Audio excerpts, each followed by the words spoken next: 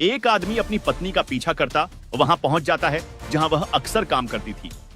जैसे ही पति उसमें प्रवेश करता है, एक कपड़े की दुकान होती है, तो पत्नी घबरा जाती है, सोचने पर मजबूर हो जाती है कि यह आखिरकार यहां कैसे पहुंच गया। इसी बीच में पति पूछता है कि तुम तो कहती थी कि मैं फैक्ट्री में काम करती हूं, लेकिन यह तो कपड़े की दुकान है। जैसे ही पत्नी ने यह बात सुनी, पत्नी कहती है कि मैं तुम्हें समझाने की कोशिश करती हूं, तुम बस शांत रहो, शोर मत मचाओ। जैसे ही वह शोर मचाने लगता है तो पत्नी को अजीब लगता है। पत्नी कहती है, जो दुकान का मालिक होता है, कि उससे कहती है कि इन्हें शांत करने की कोशिश करिए, लेकिन पति था कि वो शांत नहीं हो रहा था। दुकान के ऊपर एक और दुकान थी, उस दुकान में वो ऊपर पहुंच जाते हैं और पति को समझाने की कोशिश कर रहे थे, लेकिन पति का गुस्सा था कि लगातार बढ़ रहा था। इसी बीच में एक लोहे की रोड थी जिसे बहुत ताकत के साथ बहुत जोर से उस व्यक्ति को मारा जाता है, और जैसे ही उस व्यक्ति को लगती है, उसके बाद वो बेहोश होकर गिर जाता है। वो व्यक्ति बेहोश होकर गिर जाता है। अब इन्हें डर जाते हैं। जो दुकान का मालिक है वो भी डर जाता है, घबरा जाता है। साथ ही जो उसकी पत्नी है वो भी डर जाती है कि इसे होश आएगा तो बात पुलिस तक पहुंचेगी और मामला फिर जेल अदालत तक पहुंच सकता है। इसलिए इसे हमेशा हमेशा के लिए खामोश करना होगा, शांत करना होगा। इसी बीच में एक रस्सी से उसका गला घोंटा जाता है और गला घोंटकर उसकी हत्या कर दी जाती है, यह सोचकर कि शायद यह कभी पकड़े नहीं जाएंगे। इस बीच में वो करते क्या है कि इस लाश को ले जाकर एक बाइक पर रखते हैं, यानी कि एक कट्टे में रखने के बाद, और शहर में इधर उधर घूमते रहते हैं ताकि उस लाश को ठिकाने लगाया जा सके। लेकिन लाश को जब ठिकाने लगाने की कोशिश कर रहे थे तो लाश को ठिकाने लगा जरूर पाते हैं, लेकिन पूरी मात्रा में लगा नहीं पाते। पुलिस ने इस घटनाक्रम का खुलासा किया तो लोगों को यकीन नहीं हो रहा था कि एक ऐसी महिला जिसको बुढ़ापे में किसी व्यक्ति से इश्क हो जाता है और वह अपने ही इस इश्क को बनाए रखने के लिए अपने पति को बहुत बुरी तरह से मौत देती है। इस घटनाक्रम का खुलासा भी उस दिन होता है जिस दिन क्या उत्तर प्रदेश के मेरठ में सौरभ राजपूत हत्याकांड का खुलासा होता है कि किस तरह से साहिल शुक्ला ने अपनी प्रेमिका, जिसका नाम मुस्कान रस्तोगी होता है, उसके साथ मिलकर सौरभ राजपूत की हत्या की थी। जब इस हत्याकांड का खुलासा होता है तो लोग जयपुर के इस हत्याकांड और मेरठ के हत्याकांड को आपस में जोड़कर लिंक कर देख रहे थे, कि कह रहे थे कि लोग, अब ये क्या जमाना चल रहा है कि महिलाएं क्या कर रही हैं, कि अपने पतियों को किस तरह से बेरहमी से मौत के घाट उतार रही है। नमस्कार साथियों, मैं नीरज विश्वकर्मा। आज की जो सच्ची घटना मैं आपको सुनाने जा रहा हूं, यह सच्ची घटना है। राजस्थान प्रदेश की राजधानी जयपुर का जो हाईवे है, वहां पर एक रिंग रोड है। रिंग रोड के पास ही एक नवेटा की पुलिया है। दरअसल एक वाहन यहां पर आकर रुकता है। जिस वाहन में एक राहगीर व्यक्ति बैठा हुआ था, वो काफी देर से ही कोशिश कर रहा था कि कब वाहन रुके, कब वो इस गाड़ी से उतरे और कब जाकर वो टॉयलेट करे, क्योंकि वो टॉयलेट को लेकर बहुत देर से परेशान था। यह तारीख है 16 मार्च 2025 की दोपहर, लगभग 1:30 के आसपास का वाकया रहा होगा। जब गाड़ी रोकी जाती है, राहगीर उतरता है। उतरने के बाद टॉयलेट करने लगता है, और जब टॉयलेट कर रहा था तो उसकी नजर कहीं पड़ रही थी। सामने कुछ ऐसा लग रहा था, कुछ जला हुआ चीज है, लेकिन एक आदमी का सर जैसा दिखाई दे रहा था। टॉयलेट करने के बाद उसके पास जाता है, और पास जाने के बाद जैसे ही उसे देखता है तो उसकी चीखें निकल जाती हैं। अब वाहन में जो उसके बाकी साथी लोग थे, वो कह रहे थे कि बड़ा अजीब आदमी है, गाड़ी के अंदर बैठा था तब भी चीख रहा था, अब गाड़ी से बाहर निकला है टॉयलेट करने के लिए तो अभी भी चीख रहा है, चिल्ला रहा है। आखिरकार इससे हो क्या गया है? कहीं दिमागी रूप से कहीं पागल तो नहीं हो चुका है? लोगों ने जब जाकर देखा तो वो लोग भी चिल्लाने लगते हैं, चीखने लगते हैं, क्योंकि उन्होंने अपनी आंखों से एक लाश को देखा था, जिस लाश की वो भारी मात्रा में जल चुकी थी, लेकिन उसका जो सर था वो काफी हद तक ठीक था। इसी बीच में पुलिस को सूचना दी जाती है, और जो यहां से सबसे नजदीकी पुलिस स्टेशन लगता है उसका नाम है मुहाना। पुलिस स्टेशन को सूचना दी जाती है, और यहां के जो एसएओ होते हैं, उदय सिंह यादव, वह अपनी टीम के साथ मौके पर पहुंच जाते हैं, और यहां आने के बाद अब जांच पड़ताल करना शुरू कर देते हैं। देखते ही प्रथम दृश्य ऐसा लग रहा था जैसे किसी व्यक्ति की पहले हत्या की गई है। यहां से दूर और हत्या करने के बाद लाश को यहां लाया गया है और जलाने की कोशिश की गई थी, लेकिन पूरी मात्रा से वो जल नहीं पाता है। आखिरकार कौन यह काम करेगा? यह मरने वाला व्यक्ति कौन है? अब पुलिस के दिमाग में बहुत सारे सवाल चल रहे थे। इसी बीच में डॉग स्क्वाड बुलवाया जाता है और एफएसएल टीम बुलवाई जाती है। साथ ही यह जांच पड़ताल करने की और आसपास के जितने भी लोग होते हैं यहां पर उनसे भी पूछताछ की जाती है। लेकिन कोई बताने की स्थिति में था ही नहीं। अब पुलिस के पास कोई रास्ता नहीं था। पुलिस करे तो क्या करे? जो ये लाश होती है, इस लाश के पोस्टमार्टम के लिए भेजा जाता है और पोस्टमार्टम से पता चलता है कि किसी रस्सी से गला दबाकर इसकी हत्या की गई है। अब इस लाश को रखा जाता है महात्मा गांधी हॉस्पिटल की मोर्चरी के अंदर। अब पुलिस ये इस व्यक्ति की शिनाख्त करने की कोशिश कर रही थी। अखबार हो या फिर सोशल मीडिया के अलग अलग प्लेटफॉर्म हो, हर जगह यह सूचना वायरल कर दी जाती है कि मरने वाला व्यक्ति कौन है, इसके बारे में पता चल सके। तभी अगला दिन यानी कि 17 मार्च 2025 को सांगानेर का रहने वाला एक लड़का जिसका नाम देवीलाल होता है, देवीलाल थाने पहुंच जाता है और थाने जाने के बाद कहता है कि मुझे एसओ साहब से मुलाकात करनी है। पुलिस वाले कहते हैं कि एसओ साहब बहुत ज्यादा बिजी हैं, आपको पता नहीं है, आप बताइए हमें क्या बात है। वो बार बार एक ही बात कह रहा था कि मुझे सिर्फ उन्हीं से बात करनी है। जब ये देवीलाल पहुंच जाता है तो वो कहता है कि साहब वो आया है सांगानेर से, और सांगानेर के में रहने वाले जो उसके चाचा होते हैं उनकी लगभग 40 साल के आसपास की उम्र रही होगी। नाम उनका धन्ना लाल है।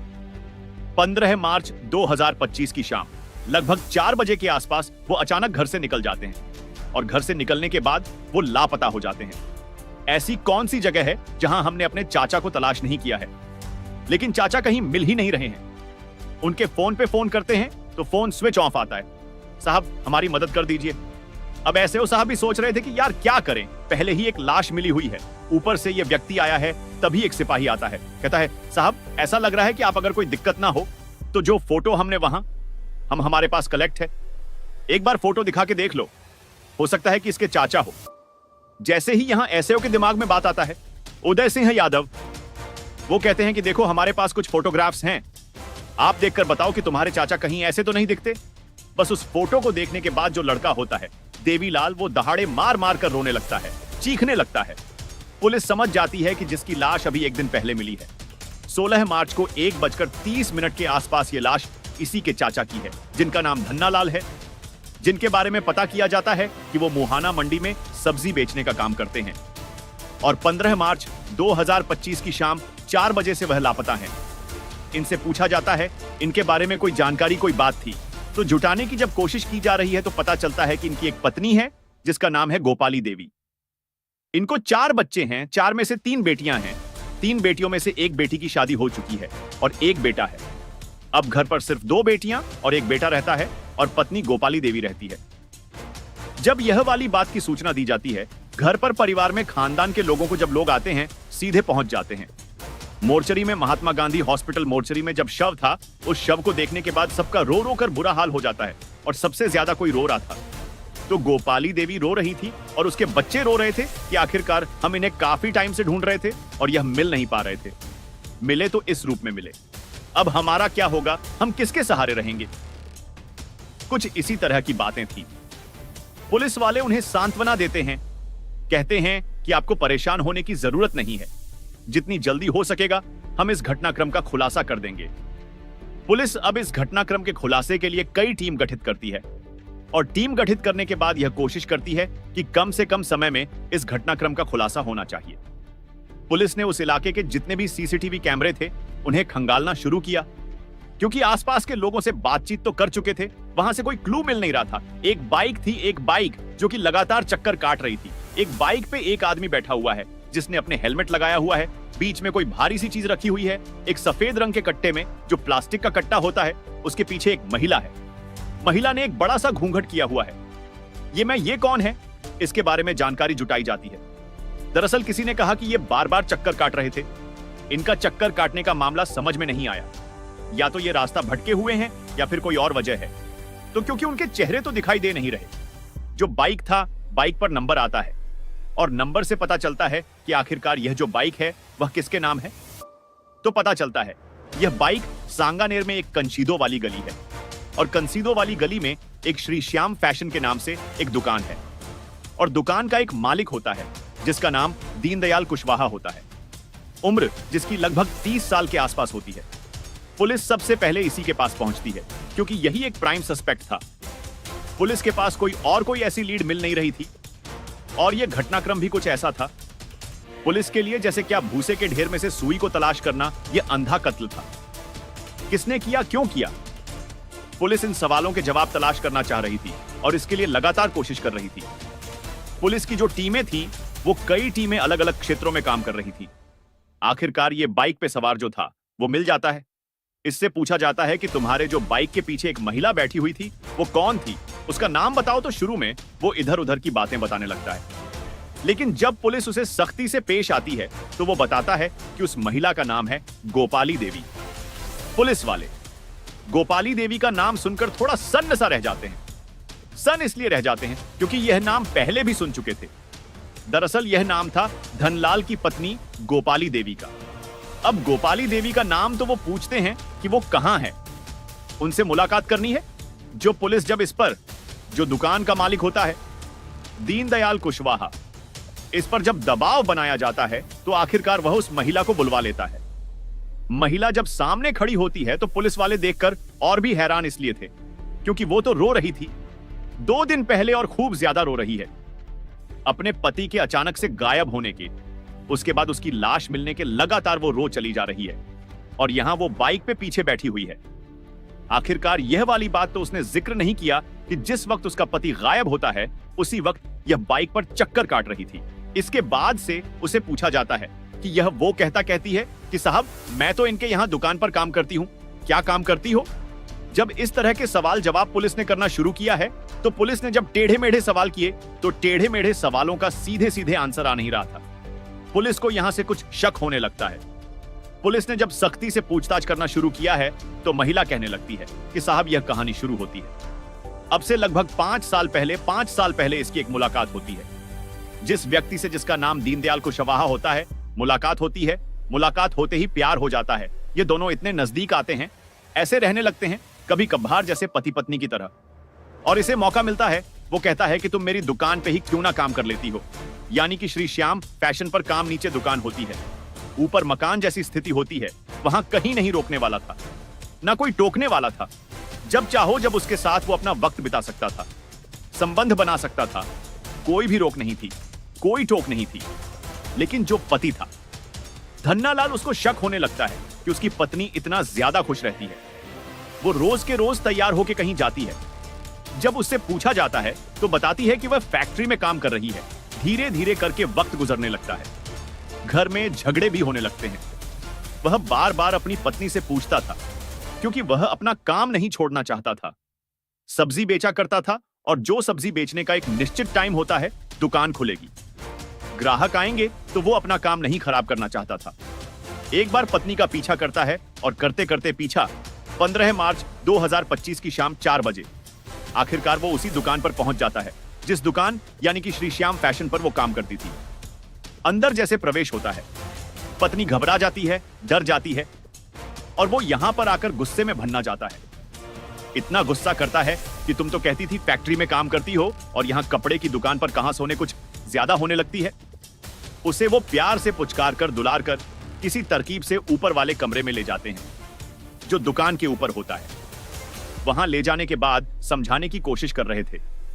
जब वो शांत नहीं हो रहा है तो एक लोहे की रोड पूरी ताकत के साथ धन्नालाल के सर में मारी जाती है। जैसे ही उसको रोड लगती है वो फर्श पर गिर जाता है और फर्श पर गिरते ही वो तड़पने लगता है। इसी बीच मौका पाती है, वो दोनों फैसला लेते हैं कि इसका तो काम तमाम कर ही देते हैं क्योंकि यह रहेगा जिंदा तो हम कभी मिल नहीं पाएंगे। लेकिन वो भूल रहे थे कि यह कर जो रहे हैं वो बहुत जल्दी पकड़े जाएंगे। लेकिन उन्हें इस बात की कोई फिक्र नहीं थी, ना उस महिला को इस बात की फिक्र थी कि उसको 3 छोटे बच्चे हैं, उनकी कौन देखरेख करेगा उसको। ना इस बात की फिक्र थी कि वो भविष्य में जेल भी जा सकती है। हत्याकांड को अंजाम दे देते हैं। अब ये फैसला लेते हैं कि क्यों ना इस लाश को ठिकाने लगाया जाए। लाश को ठिकाने लगाने के लिए उसकी लाश को प्लास्टिक के कट्टे में रखा जाता है और कट्टे में रखने के बाद एक तरह से पैक कर देते हैं और बाइक पे बीच में रखते हैं। आगे प्रेमी होता है, पीछे खुद बैठती है और बीच में उसका पति होता है और ये बाइक लेकर निकल जाते हैं। क्योंकि अभी उजाला था, अभी पूरी तरह से अंधेरा हुआ नहीं था, तो आखिरकार बाइक इधर से उधर घूमती रहती है। करीब करीब 5 किलोमीटर का सफर ये घंटों में तय करते हैं और घंटों में सफर तय करने के बाद यह पहुंच जाते हैं। जयपुर हाईवे के किनारे एक नवेटा की पुलिया है। नवेटा की पुलिया के पास ले जाने के बाद जो एक खाई सी है, वहां पर जाकर शव रखते हैं और उसके ऊपर ज्वलनशील कोई पदार्थ, जैसे बताया जाता है पेट्रोल वगैरह डाला जाता है, भारी मात्रा में डाला जाता है। लेकिन जब उसकी लपटें वो तेज ज्यादा उठने लगती हैं, तो इन्हें लगता है कि ऐसा ना हो कि पकड़े जाएं। ये वहां से भाग जाते हैं। पूरी तरह से शव नहीं जल पाया था, चेहरा उसका दिख रहा था साफ सुथरा सा। और यह एक राहगीर की जब नजर पड़ती है तो आखिरकार कातिलों तक पुलिस कड़ी मशक्कत के बाद पहुंच जाती है और घटनाक्रम का खुलासा करती है।